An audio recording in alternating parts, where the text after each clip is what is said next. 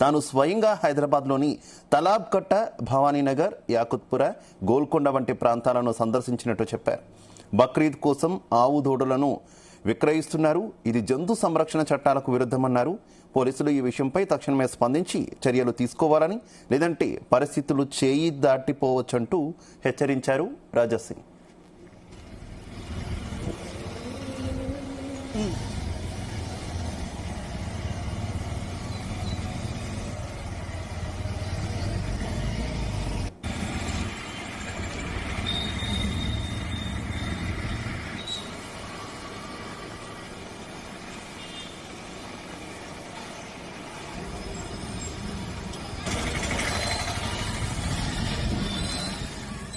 ఇవాళ హైదరాబాద్ పార్లమెంట్లో ఇంకా వేరే వేరే పార్లమెంట్లో ఏ విధంగా ఈ బక్రీద్ సందర్భంలో ఆవులు కానీ, ఎద్దులు కానీ, చిన్న చిన్న దొడలు కానీ కొయ్యనికి ఏ విధంగా తీసుకొని వచ్చినారో నాకైతే తెలియదు. కానీ ఇవాళ నేను ఇప్పుడే హైదరాబాద్ పార్లమెంట్లో ప్రతి ఒక్క డివిజన్ బైక్ పైన తిరిగి మీకు నేను అప్డేట్ చేస్తా, ఏరియా సహా నేను మీకు అప్డేట్ చేస్తా. ఎక్కడెక్కడ ఓపెన్గా ఇన్లీగల్గా ఈ ఎద్దులు అమ్ముతున్నారు.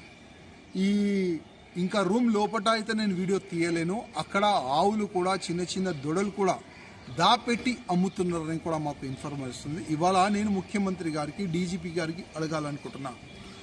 సుప్రీంకోర్టు ఎన్నోసార్లు ఆర్డర్ కూడా వచ్చింది, ఆవు, ఎద్దు, దొడలు కోయకూడదు.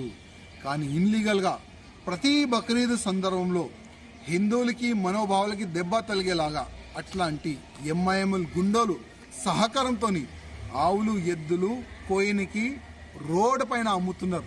గవర్నమెంట్ ఏం చేస్తుంది, పోలీస్ ఏం చేస్తుంది నేను అడుగుతున్నా.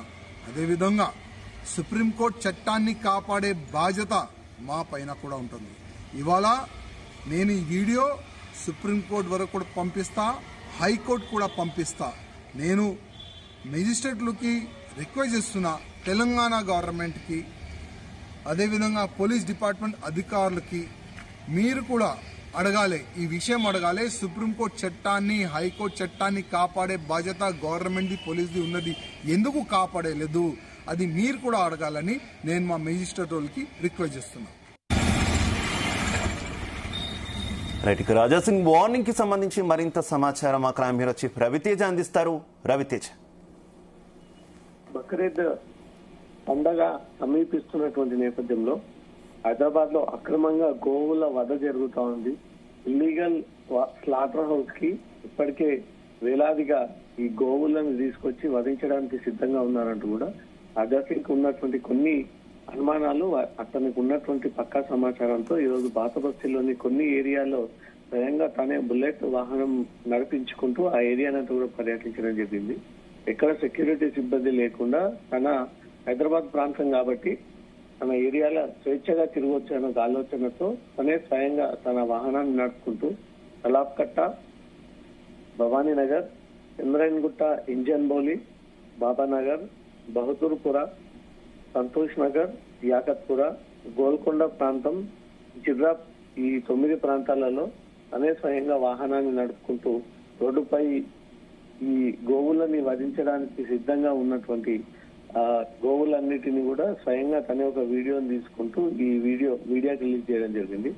పోలీసులు అక్కడక్కడ కొన్ని చెక్ పాయింట్లు ఏర్పాటు చేసినప్పటికీ ఈ చేరాల్సిన చోటుకి చేరిపోతా ఉన్నాయి. ఇప్పుడు కిరాయి హంతకుల చేతిలోకి ఆల్రెడీ గోవులు వెళ్లిపోయాయంటూ కూడా ప్రత్యక్షంగా ఆ వీడియోలని ప్రజలందరూ కూడా కలిసి కళ్లకు కట్టినట్టుగా చూపించే విధంగానే రాజాసింగ్ తన బుల్లెట్ పై ప్రయాణం చేస్తూ ఈ వీడియోలన్నీ కూడా చిత్రీకరించి అనంతరం మీడియాకు రిలీజ్ చేయడం జరిగింది. ఇతను తిరిగినటువంటి 9 ప్రాంతాల్లో అన్ని గోవులు వధించడానికి సిద్ధంగా రోడ్డుపై ఉన్నటువంటి దృశ్యాలు కూడా కనబడతా ఉన్నాయి. సిటీ పోలీసులు ఒక పక్క ఈ పండుగ సందర్భంగా ప్రత్యేక చెక్ పోస్టులు ఏర్పాటు చేసి ఎట్టి పరిస్థితుల్లో ఈ గోవులని హైదరాబాద్ లోపలికి తరలించేటువంటి అవకాశం లేకుండా కట్టుదిట్టమైనటువంటి సెక్యూరిటీ పాయింట్స్ ఏర్పాటు చేస్తామని చెప్తా ఉన్నారు. ఒకవేళ ఆ రకమైనటువంటి సెక్యూరిటీ పాయింట్స్ ఏర్పాటు చేస్తే ఈ రోజు వేలాదిగా గోవులు ఏ రకంగా హైదరాబాద్ చేరుకుంటాయి.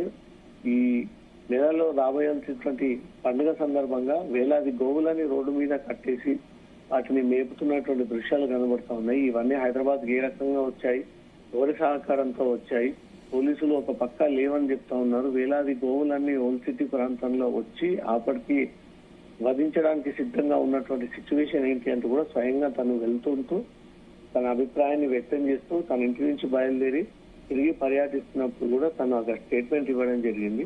పోలీసులు చెప్తున్నది అవాస్తవాలు. పోలీసులు 100% దీన్ని అడ్డుకోవడంలో విఫలమయ్యారు.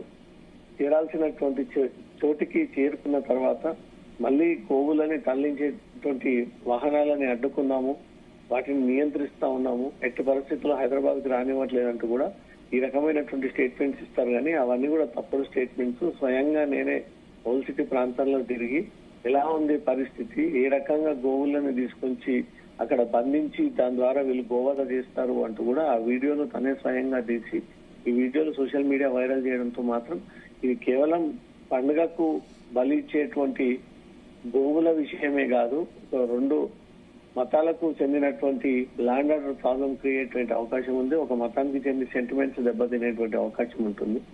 వాళ్ళని రెచ్చగొట్టే విధంగా రోడ్లపైన గోవులను కట్టి మేము తీసుకురాగలుగుతాము అనే ఒక విధంగా వీళ్ళు చూపించడం కోసమే రోడ్లపైన ఈ గోవులను కట్టేశారంటూ మాత్రం రాజాసింగ్ ఈ వీడియో రిలీజ్ చేయడం జరిగింది.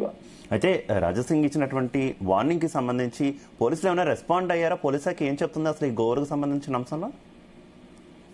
రాజాసింగ్ ప్రతి పండుగ సందర్భంగా ఏవైనా ఈ ఇతర మతాలకు చెందినటువంటి యాక్టివిటీస్ పైన నిత్యం రియాక్ట్ అవుతూనే ఉంటాడు. తన కాన్స్టెన్సీ కాకపోయినా తన దృష్టికి ఏ అంశం తన పరిధికి వచ్చినా ఇమ్మీడియట్ గా దానిపైన రియాక్ట్ అయింది. దానిపైన నిజాలు ఏంటి, ఎవరు ఏ రకంగా చేశారు, ఎవరి పట్ల ఉండాలి అనే దానిపై కూడా ఈ హిందూ ధర్మం పట్ల పోట్లాడుతున్నటువంటి ఏకైక ఎమ్మెల్యే బీజేపీ ఎమ్మెల్యే రాజాసింగ్ ఈ రానున్నటువంటి బక్రీద్ సందర్భంగా రాష్ట్ర వ్యాప్తంగా ఒక ఎత్తు అయితే పాత బస్తీ వాతావరణం ఒక రకంగా ఉంటుంది.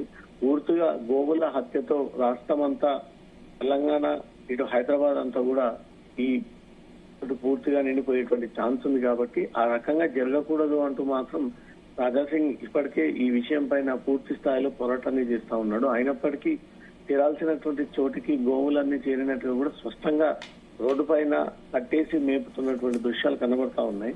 పోలీసులు ఇంత టైట్ గా ఉంటే ఈ రకమైనటువంటి గోవులన్నీ కూడా హైదరాబాద్ ఎలా చేరుకుంటాయి? ఇది కేవలం మేము డ్యూటీ చేస్తున్నామని చెప్పుకోవడమే తప్ప వాళ్ళు పూర్తి స్థాయిలో నియంత్రించలేకపోయారు. ఒకవేళ నియంత్రిస్తే ఇన్ని వేలాది గోవులు ఓల్డ్ సిటీకి ఎలా చేరుకుంటాయి అంటూ క్వశ్చన్ చేస్తూ ఒక పక్క వార్నింగ్ ఇస్తూ తను స్వయంగా రికార్డ్ చేసినటువంటి ఆ వీడియోలన్నీ కూడా మీడియాకి రిలీజ్ చేయడం జరుగుతుంది.